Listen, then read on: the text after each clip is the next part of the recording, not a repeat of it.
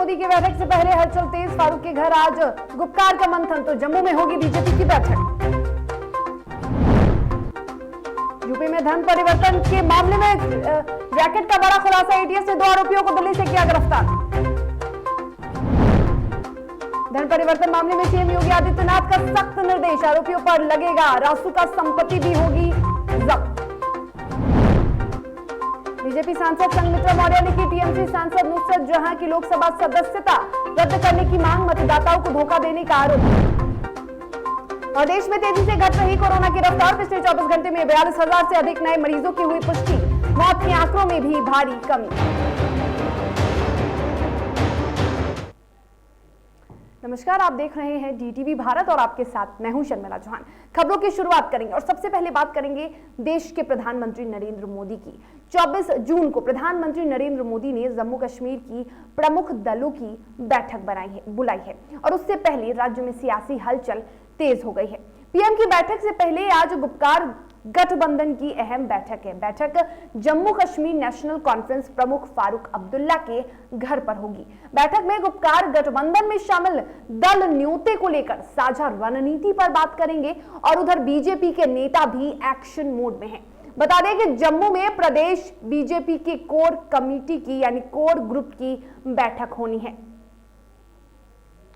तो पीएम की बैठक से पहले एक बार फिर से हलचल तेज हो गई है। पीएम की बैठक से पहले कई अहम बैठकें हो रही हैं आज, और ऐसे में फारूक अब्दुल्ला के घर पर भी एक अहम बैठक हो रही है और उस बैठक में क्या कुछ रणनीतियां तैयार होती हैं वो तो वक्त ही बताएगा।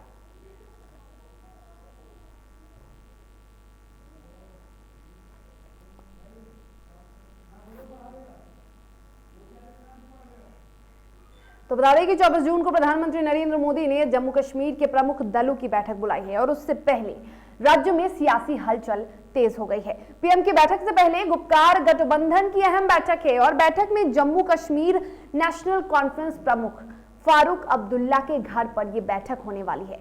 बैठक में गुपकार गठबंधन में शामिल दल न्योते को लेकर साझा रणनीति पर बात करेंगे। तो इधर बीजेपी के नेता भी एक्शन मोड में है, यानी तमाम दलों के नेता फिलहाल एक्शन मोड में है। 24 जून को प्रधानमंत्री नरेंद्र मोदी की एक अहम बैठक होने वाली है और उस बैठक को लेकर आज जम्मू कश्मीर के जो राजनीतिक गलियारे हैं वहां हलचल तेज हो चुकी है।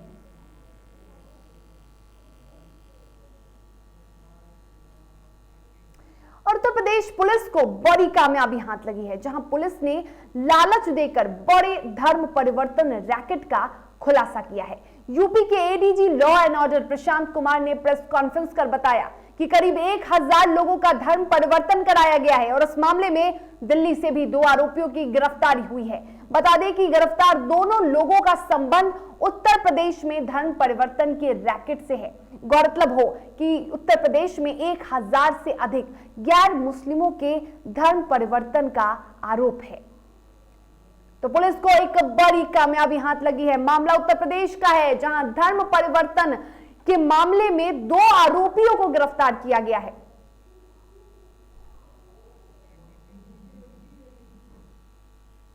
तो बता दें कि पुलिस को बड़ी सफलता हाथ लगी है, जहां उत्तर प्रदेश में 2 आरोपियों को पुलिस ने गिरफ्तार किया है। धर्म परिवर्तन के बड़े रैकेट का खुलासा किया गया है। आपको बता दें कि पुलिस ने लालच देकर बड़े धर्म परिवर्तन रैकेट का खुलासा किया है। उत्तर प्रदेश के ADG law and order Prashant Kumar ने प्रेस कॉन्फ्रेंस कर यह बताया है कि करीब 1000 लोगों का धर्म परिवर्तन कराया गया है और उस मामले में दिल्ली से 2 आरोपियों की गिरफ्तारी भी हुई है। और इस पर अधिक जानकारी के लिए हमारे संपादक राजेश कुमार लाइव पे जुड़े हुए हैं। राजेश जी, धर्म परिवर्तन का मामला एक बार फिर से उभरा है और ऐसे में 2 आरोपियों को गिरफ्तार किया गया है, उत्तर प्रदेश के बताए जा रहे हैं। और धर्म परिवर्तन मामले में कह सकते हैं कि 1000 लोगों का धर्म परिवर्तन का मामला सामने आया है। नहीं, ये एक बहुत बड़ा खुलासा आप कह सकते हैं उत्तर प्रदेश एटीएस के द्वारा किया गया है और धर्म परिवर्तन का ये मामला काफ़ी गंभीर मामला है। हालांकि हिंदुस्तान में ये पहला वाकया नहीं है, इससे पहले भी कई ऐसे मामले सामने आए हैं, चाहे वो केरल का मामला हो। हालांकि सबसे बड़ा मुख्य कह सकते हैं सेंटर तो केरल रहा है। केरल में बड़े पैमाने पर धर्म परिवर्तन हुआ है, ये पूरी दुनिया को पता है, सबको मालूम है। लेकिन ये जो एटीएस ने जो खुलासा किया है और 2 लोगों की गिरफ्तारी हुई है, इससे जो बातें निकल कर आ रही है उसमें पूरी तरह से कहा जा रहा है तकरीबन 1000 से 1000 लोगों का इन लोगों ने धर्म परिवर्तन कराया है और दोनों को जामिया नगर से गिरफ्तार किया गया है, दिल्ली के जामिया नगर से। और इन दोनों का संपर्क, दरअसल ये दोनों भी पहले हिंदू ही थे, तकरीबन ये लोग महाराष्ट्र में थे और महाराष्ट्र में रहने के बाद इन लोगों ने अपना धर्म परिवर्तन किया, उसके बाद इस्लाम धर्म कबूल किया और अब ये लोग जो निशाना उन्हीं को बनाते थे जो मुकबगीर हों, महिलाएं हों, कमजोर तबके के लोग हों, जो गरीब गुरबा हों, इनके निशाने पर वो लोग होते थे और सबसे पहले ये उन्हीं को टारगेट करते थे। और इस तरह से तकरीबन 1000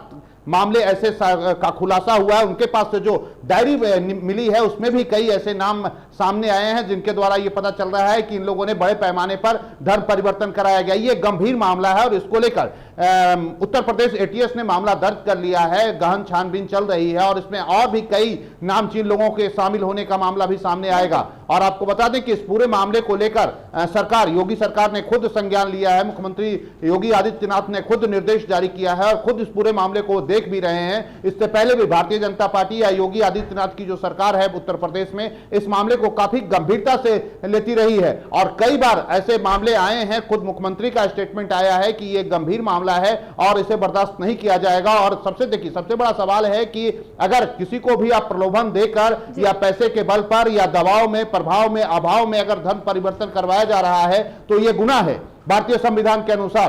तो वैसे स्थिति में इन लोगों ने एक बड़ा गुनाह किया है और उनके खिलाफ सरकार बड़ी और सख्त कार्रवाई करने जा रही है। और इसके साथ ही अभी और भी कई राज खुलेंगे। इन दोनों से जब पूछताछ हुई है, इन दोनों ने कबूल किया है कि हाँ, हम लोगों ने ऐसा ऐसा काम किया है और भी इनमें कई लोग शामिल हो सकते हैं। इसमें कुछ खबरें ये भी आ रही हैं कि इनका विदेशी फंडिंग, आईएसआई का फंडिंग भी है इसमें और आईएसआई के फंडिंग के जरिए ये पूरा रैकेट चलता था। और इस रैकेट के जरिए जो गरीब तबके के लोग थे, महिलाएं थी, बच्चे थे, मुखबिर थे, उनको ये लोग टारगेट करते थे और पैसे के बल पर, कहीं ताकत के बल पर, जैसे भी हो, इनका एकमात्र मकसद होता था कि धर्म परिवर्तन करवाया जाए और समाज में या देश में जो है सांप्रदायिक तनावपूर्ण स्थिति पैदा की जाए। इनका मकसद ये है। एक बड़े गिरोह का भी खुलासा हो सकता है। फिलहाल तो 2 ही आरोपियों की गिरफ्तारी हुई है, लेकिन जिस तरह से बड़ी संख्या में धर्म परिवर्तन कराया जा रहा है, एक बड़ा गिरोह हो सकता है इसके पीछे और उसका भी खुलासा जल्द पुलिस कर लेगी। और ऐसे में सीएम योगी आदित्यनाथ ने भी ये निर्देश दिया है कि आरोपियों की संपत्ति जब्त कर ली जाएगी। ये प्रक्रिया है, उस कानूनी प्रक्रिया के तहत इन पर कार्रवाई होगी, इनकी जो संपत्ति जब्त की जाएगी। साथ ही साथ इनके जो और भी जो इनके रैकेट में जो लोग शामिल हैं प्रत्यक्ष या अप्रत्यक्ष रूप से, वो लोग भी बहुत जल्द उत्तर प्रदेश एटीएस के शिकंजे में आएंगे। और ये मामला देखिए सिर्फ उत्तर प्रदेश का नहीं होगा, ये अंतरराज्यीय मामला बनेगा। आप देखिएगा उत्तर प्रदेश से बाहर भी इनका रैकेट काम करता है, इनका रैकेट चलता है। और चाहे ये देखिए, ये सिर्फ इस्लाम धर्म का मसला नहीं है। हिंदुस्तान में सनातन धर्म पर लगातार हमले होते रहे हैं, ये कोई पहला वाकया नहीं है। आपको याद होगा आजादी से पहले यहाँ पर फ्रेंच, डच, अंग्रेज, इस्लाम, तमाम धर्मावलंबी लोगों ने यहाँ पर राज किया। यहाँ लोग आए और अपने प्रभाव में लोगों को परिवर्तित करवाया। इस्लाम के अलावा अगर इतर बात करेंगे तो आप देखेंगे ईसाई धर्म का बड़े पैमाने पर उन लोगों ने भी धर्म परिवर्तन कराया है, चाहे वो केरल का मामला हो या बिहार से सटे झारखंड का मामला हो। ये एक बड़ा रैकेट है और साथ ही साथ ये बड़ा ही एक कह सकते हैं कि गुनाह है और ये लगातार होता रहा है पूरे विश्व स्तर पर। अगर आप देखेंगे तो धर्म परिवर्तन का खेल चाहे ईसाई मिशनरी के द्वारा करवाया गया हो, इस्लाम धर्म के द्वारा करवाया गया हो, ये एक बड़ा रैकेट काम करता है और ये पूरी दुनिया को पता है। ये सिर्फ हम आप नहीं, पूरी दुनिया को पता है और इसके खिलाफ हर देश में विरोध होता रहा है और वहां के स्थानीय लोग इसका विरोध करते रहे हैं। लेकिन उत्तर प्रदेश की पुलिस ने एक बड़ी कामयाबी हासिल की है और आगे आने वाले दिनों में कई और लोग शामिल होंगे। और सबसे बड़ा जो चिंता की बात है वो ये है कि इसमें विदेशी फंडिंग का मामला है और विदेश से ये पूरा रैकेट संचालित होता है। आईएसआई इसमें एक बड़ी भूमिका निभाती है, उनके लोग काम करते हैं, कई लोगों को वहां से फंडिंग मिल रही है। तो ये गंभीर मामला है और कहीं ना कहीं देश की एकता और सांप्रदायिकता को तोड़ने की कोशिश है, एक साजिश है, यहाँ की एकता को छिन्न भिन्न करने की साजिश है। और इस साजिश को अगर सरकार नाकाम करने में कामयाब होती है तो एक बहुत बड़ी उपलब्धि होगी। आगे आने वाले दिनों में योगी सरकार और योगी सरकार के अलावे भारत सरकार जो है इस पूरे मसले पर गंभीरता से विचार करे और साथ ही साथ ये पता लगाए, ये शोध का विषय है, रिसर्च का विषय है कि आखिर धर्म परिवर्तन क्यों हो रहा है, कौन लोग धर्म परिवर्तन कर रहे हैं और किनको किस प्रभाव में लेकर धर्म परिवर्तन करवाया जा रहा है। और इस पर यथाशीघ्र आने वाले दिनों में सरकार, केंद्र सरकार इस पर पहल करे और पूरे स्टेट के जो मुख्यमंत्री हैं उनके साथ बैठे, गृह मंत्री हैं उनके साथ बैठे और साथ ही साथ इस पर गंभीरता से विचार करें। और खासकर जब से भारतीय जनता पार्टी की सरकार आई है, लोगों को एक उम्मीद थी। देखिए, जब 14 से पहले का अगर देखेंगे मामला, तो इनके घोषणा पत्र में धर्म परिवर्तन जैसे मसले रहे हैं। अगर उनके बावजूद भी, इनके सत्ता में रहने के बावजूद भी अगर इस तरह की हिमाकत हो रही है, तो कहीं ना कहीं योगी सरकार हो या केंद्र की मोदी सरकार हो, दोनों पर सवालिया निशान खड़े हो जाते हैं। अब ऐसे हालात में योगी सरकार कितना सख्त कदम उठाएगी, यह देखना दिलचस्प होगा। और इस जांच के बाद कितने और नामचीन चेहरे आएंगे, कौन कौन लोग शामिल होंगे, यह भी देखना होगा। मुझे लगता है आगे आने वाले दिनों में एक अंतर्राज्यीय पूरे रैकेट का खुलासा होगा और साथ ही साथ इसकी जांच जो है एक बड़ी एजेंसी से, एनआईए जैसी एजेंसी से करवाने की जरूरत है, क्योंकि ये सिर्फ उत्तर प्रदेश का मामला नहीं, उत्तर प्रदेश से बाहर का मामला है। मामले का खुलासा होना चाहिए और खुद प्रधानमंत्री जिस तरह से मुख्यमंत्री जो है उत्तर प्रदेश के योगी आदित्यनाथ ने इस मामले को संज्ञान में लिया है, वैसे ही आपने जैसा कहा कि बैठक होनी चाहिए, प्रधानमंत्री नरेंद्र मोदी को भी इस पे एक अहम बैठक करनी चाहिए और इस मामले का जल्द से जल्द खुलासा होना चाहिए। बड़ी संख्या में इसमें जो गिरोह शामिल हैं उसका भी भंडाफोड़ होना चाहिए। तमाम जानकारी के लिए आपका बहुत शुक्रिया राजेश जी, आप हमारे साथ बने रहिए, अगली खबर पे भी हम आपसे जानकारी लेंगे। और अब बात करते हैं कांग्रेस नेता राहुल गांधी की। राहुल गांधी ने कोरोना की तीसरी लहर को लेकर जनता को आगाह किया है। जी हां, राहुल गांधी ने आगाह तो किया है और साथ ही साथ उन्होंने एक श्वेत पत्र भी जारी किया है। बता दें आपको कि राहुल गांधी ने प्रेस कॉन्फ्रेंस कर कोरोना की तीसरी लहर के लिए केंद्र को आगाह किया है और कोरोना पर राहुल गांधी ने श्वेत पत्र जारी किया है। राहुल गांधी ने कहा कि श्वेत पत्र का लक्ष्य देश को तीसरी लहर के लिए तैयार करने में मदद करने के लिए है। पूरा देश ये जानता है कि कोरोना की तीसरी लहर आने वाली है, इसलिए हम फिर कह रहे हैं कि सरकार को तीसरी लहर की पहले से ही तैयारी कर लेनी चाहिए। अस्पतालों में ऑक्सीजन और दवाओं का पहले से इंतजाम कर लेना चाहिए। दूसरी लहर की भी वैज्ञानिकों ने पहली चेतावनी दी थी। यानी कि राहुल गांधी ने आज एक बार फिर से प्रेस कॉन्फ्रेंस किया है और केंद्र को आगाह किया है। उन्होंने तीसरी लहर को लेकर जनता को भी आगाह किया है और एक श्वेत पत्र जारी किया है। और इस पर अधिक जानकारी के लिए हमारे संपादक राजेश कुमार जुड़े हुए हैं। राजेश जी, दूसरी लहर को लेकर जिस तरह से वैज्ञानिकों ने पहले आगाह किया था, वैसे ही अब तीसरी लहर की भी आने की संभावनाएं तेज हो गई हैं और ऐसे में कांग्रेस नेता राहुल गांधी अब एक्टिव नजर आ रहे हैं। उन्होंने एक श्वेत पत्र जारी किया है। नहीं, बिल्कुल, राहुल गांधी ये पहली बार नहीं है, इससे पहले भी जब भी पूरे विश्व स्तर पर जब पहले फेज में कोरोना की लहर और पूरे विश्व पे में जब चर्चा हो रही थी, उस वक्त भी आपको याद होगा कि राहुल गांधी ने सरकार को आगाह किया था कि हमें पूरी तैयारी कर लेनी चाहिए। दूसरे फेज की अगर बात हुई, उस वक्त भी राहुल गांधी ने पत्र लिखा था और राहुल गांधी ने सरकार को कहा था कि आप तैयारी करें। और अब जब तीसरे लहर की बात आ रही है, जो तमाम विशेषज्ञ हैं वो कह रहे हैं कि 6 से 8 हफ्ते में हिंदुस्तान तीसरी लहर की चपेट में हो सकता है। उससे पहले राहुल गांधी का सरकार को ये श्वेत पत्र जारी करना, ये कहीं ना कहीं एक मजबूत और बेहतर विपक्ष की जो भूमिका है वो निभाते हुए नजर आ रहे हैं।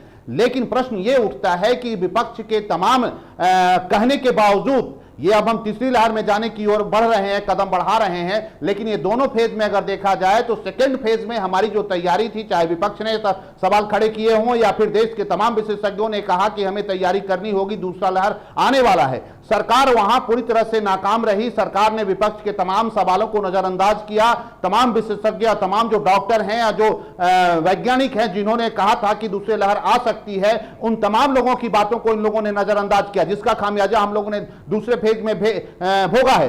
सरकार को चाहिए कि अगर विपक्ष या कोई विशेषज्ञ अगर उनसे यह सवाल कर रहा है और उन्हें कह रहा है कि आप इस तरह की तैयारी करें, तो पूर्वाग्रह से ग्रसित होकर उस पर कोई भी कार्रवाई न करें। वर्तमान जो केंद्र की सरकार है उसके साथ सबसे बड़ा माइनस पॉइंट यही है कि अगर आप सलाह देंगे या फिर अगर कोई आगे का रास्ता बताएंगे तो वो फिर अपने तरीके से उसमें पक्ष और विपक्ष, घाटे और नाफे फायदे का सौदा देखने लगते हैं और उसके बाद ये कदम उठाते हैं, जिसका खामियाजा देश की जनता को भुगतना पड़ रहा है। और कोरोना से जिस तरह से बड़े सरकारी आंकड़ा है, केंद्र सरकार का आंकड़ा है, तकरीबन 3,80,000 से ज्यादा मौतें हुई हैं, सरकार का आंकड़ा है। प्रश्न ये उठता है, आंकड़ा इससे ज्यादा भी है, क्योंकि पूरी आप देख रहे हैं बिहार हो चाहे दिल्ली हो, हर जगह ये आरोप लग रहे हैं कि सरकार आंकड़ा छुपा रही है। तो वैसे स्थिति में राहुल गांधी का ये श्वेत पत्र जारी करना और राहुल गांधी को सरकार को आगाह करना जरूरत इस बात की है कि सरकार इसे गंभीरता से ले और स्वास्थ्य महकमा जो है उसे दुरुस्त करे। ऐसे में सवाल ये भी उठता है राजेश जी कि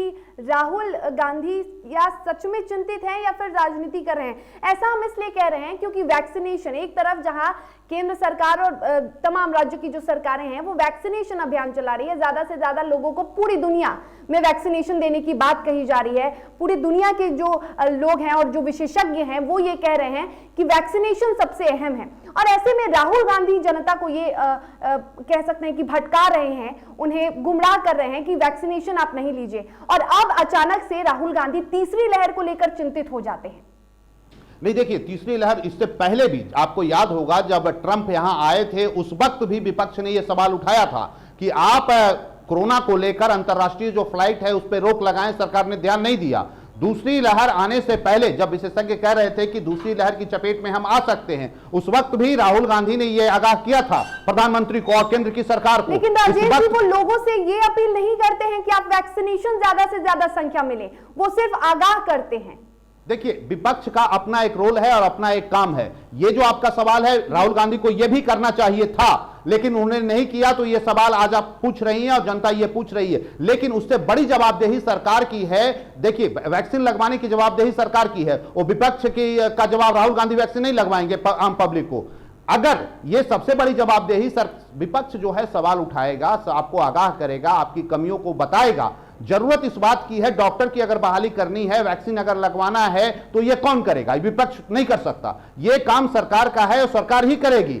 सबसे बड़ा सवाल है कि राजनीति हो या राजनीति ना हो, दो अहम प्रश्न है। या तो विपक्ष है तो सियासत करेगी, सत्ता में बैठी हुई जो पार्टियां हैं वो भी सियासत ही कर रही हैं, वो भी कोई बहुत ज्यादा काम नहीं कर रही हैं। अगर सियासत ना की होती तो आज हम दूसरी लहर में हम लोग 3 लाख से 80 हजार जो सरकारी आंकड़ा हम बता रहे हैं उतनी जाने नहीं जाती। इन्होंने भी सियासत की, इन्होंने भी राजनीति की। तो राजनीतिक पार्टियां सियासत करती हैं, लेकिन अभी वक्त सियासत करने का नहीं है। अगर चाहे राहुल गांधी कह रहे हो या हिंदुस्तान का कोई आम जनता कह रहा हो या मिस्टर गुलेरिया कह रहे हो, डॉक्टर गुलेरिया कह रहे हो कि तीसरी लहर 6 से 8 हफ्ते में आ सकती है, तो जरूरत इस बात की है, सरकार को यह देखना होगा कि वो बोलने वाला कौन है। इस पर ध्यान देने की जरूरत नहीं है। ध्यान इस बात पे देने की जरूरत है कि हमारी स्वास्थ्य व्यवस्था दुरुस्त हो, ऑक्सीजन प्रॉपर सबको मिले, वेंटिलेटर की व्यवस्था हो, बेड की व्यवस्था हो, डॉक्टर नर्स पैरामेडिकल की व्यवस्था हो। तो ये कैसे व्यवस्था सरकार करती है, सरकार को इस पर ध्यान देने की जरूरत है, ना कि सियासत में उलझने की जरूरत है। शर्मिला, बिल्कुल। और ऐसे में जिस तरह से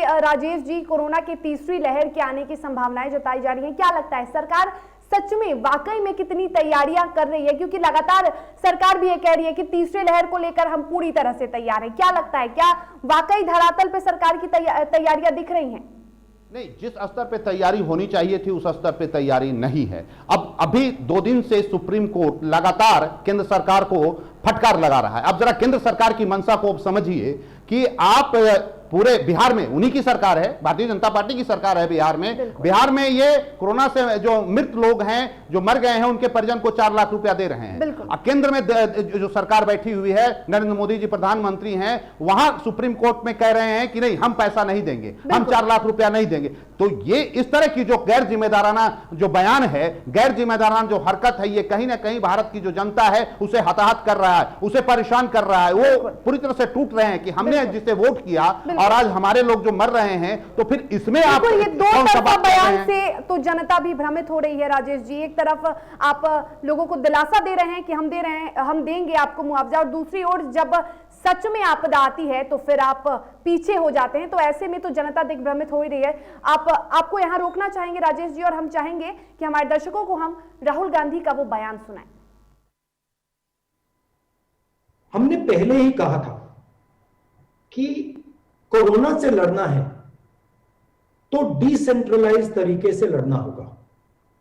प्रधानमंत्री की जगह है, चीफ मिनिस्टर की जगह है, डीएम की जगह है, नागरिक की जगह है। सबको एक साथ मिलकर अपनी रिस्पॉन्सिबिलिटी, अपनी जिम्मेदारी पूरी करनी पड़ेगी, तब कोविड से हम लड़ पाएंगे। तो हमारा जो व्हाइट पेपर है, उसका लक्ष्य जो पिछले साल में हुआ है,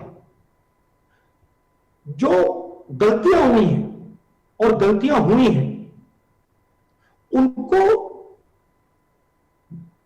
सामने रखने का है। अब वो सरकार के लिए इनपुट है। अगर सरकार व्हाइट पेपर को पढ़ेगी और इनपुट को लेगी तो सरकार को फायदा होगा। मगर मेरा मेन पॉइंट, बिल्कुल, तो राजेश जी, सरकार को घेर रहे हैं राहुल गांधी और कह रहे हैं कि यहाँ पे केंद्र सरकार और राज्य की जितनी भी सरकारें हैं, मुख्यमंत्री, सबका ये दायित्व बनता है कि कोरोना को लेकर जो तीसरी लहर है उसकी तैयारियां करें। हालांकि दूसरी लहर को लेकर अगर बात की जाए राजेश जी, तो दूसरी लहर में सरकार तो तैयार नहीं थी और वो स्थिति हमने देखी, कई मौतें गई, अस्पताल की जो हालत थी वो सबने देखा। तो लोगों को भी इस बात का डर है कि तीसरी लहर में एक बार फिर से वो जो भयावह स्थिति थी वो एक बार फिर से ना दोहराई जाए। नहीं, बिल्कुल, देखिए, इसमें सरकार का जो दायित्व तो है, सरकार कोरोना काल में पूरे फर्स्ट हो या सेकंड फेज हो, दोनों वक्त सरकार, पहले फेज में तो इन्होंने गंभीरता से लिया ही नहीं। अगर गंभीरता से सरकार ली होती तो कोरोना का इतना बड़ा असर हिंदुस्तान में नहीं होता। अब दूसरे लहर में कोरोना से हमने पहले फेज में सबक नहीं लिया, दूसरे लहर में हमने लापरवाही बरती और लाखों लोग मर गए। अब सवाल यह उठता है, तीसरे फेज में हम पहुंचने वाले हैं और पहुंच सकते हैं। सरकार जो अपना काम कर रही है वो नाकाफी है, सरकार पूरी तरह से बेपरवाह और लापरवाह है। सरकार को कोई मतलब नहीं है, सिर्फ बयानबाजी और भाषण करने के अलावा इनके पास कोई चारा नहीं है, कुछ कर नहीं रहे हैं, सिर्फ बयानबाजी कर रहे हैं। ऐसा लग रहा है कि विपक्ष भी सरकार को जगाने की कोशिश कर रही है अपने बातों से, और राहुल गांधी का ये श्वेत पत्र कितना असर दिखाता है वो तो अब देखने वाली बात होगी। फिलहाल तमाम जानकारी के लिए आपका बहुत शुक्रिया राजेश जी।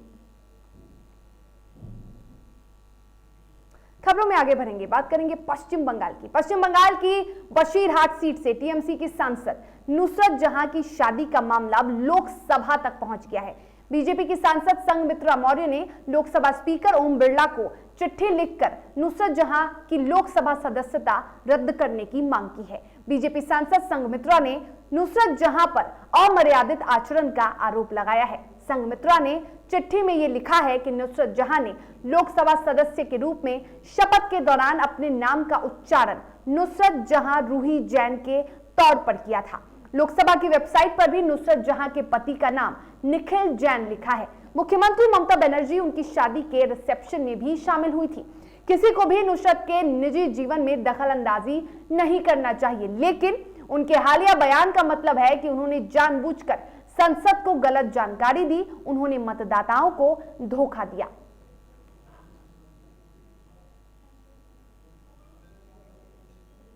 तो नुसरत जहां की शादी की बात कर ले तो आपको बता दें कि नुसरत जहां ने तलाक के लिए अर्जी दाखिल की है और नुसरत जहां ने निखिल जैन से शादी की थी जो कि एक बिजनेसमैन है, लेकिन उनकी शादी नहीं चल पाई और ऐसे में अब इनकी जो शादी है, शादी की जो टूट है वो अब सियासी रूप ले रही है। कई सांसदों ने और कई विधायकों ने, यहां तक कि विपक्ष यानी कि बीजेपी ने यह आरोप लगाया है कि नुसरत जहां ने गलत तरीके से सदस्यता ली है और ऐसे में उनकी सदस्यता रद्द करने की लगातार मांग की जा रही है। तो आपको बता दें कि बीजेपी सांसद संघमित्रा मौर्य ने नुसरत जहां के सदस्यता को रद्द करने की मांग की है। आपको बता दें कि नुसरत जहां ने निखिल जैन से शादी की थी, लेकिन अब उनकी शादी टूट की कगार पर है, उन्होंने डाइवोर्स भी फाइल कर दिया है। और नुसरत जहां ने यहां तक भी कहा है अपने बयान में कि उनकी जो शादी है वो भारत में उनकी शादी की मान्यता नहीं है और ऐसे में अब उनकी जो शादी है, शादी की टूट की जो खबरें हैं वो सियासी रूप ले चुकी है।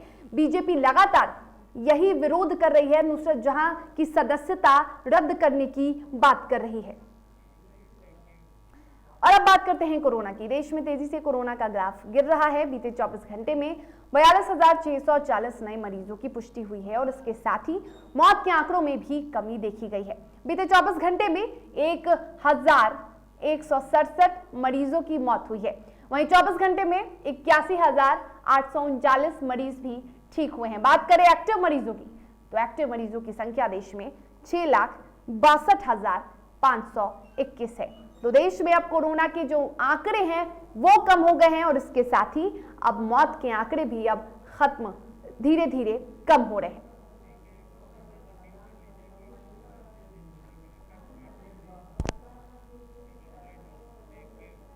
और इसी के साथ डीटीवी भारत भी आपसे यही अपील करता है कि कोरोना की रफ्तार कम हुई है लेकिन खत्म नहीं हुई है। ऐसे में सावधानी बरतना बिल्कुल ना भूलें, क्योंकि तीसरी लहर के आने की संभावनाएं अब तेज हो चुकी है। जीटीवी भारत आपसे यही अपील करता है कि आप भी स्वस्थ रहें, सुरक्षित रहें। और इसी के साथ बुलेटिन में फिलहाल इतना ही। मुझे दीजिए इजाजत और आप देखते रहिए जीटीवी भारत। नमस्कार।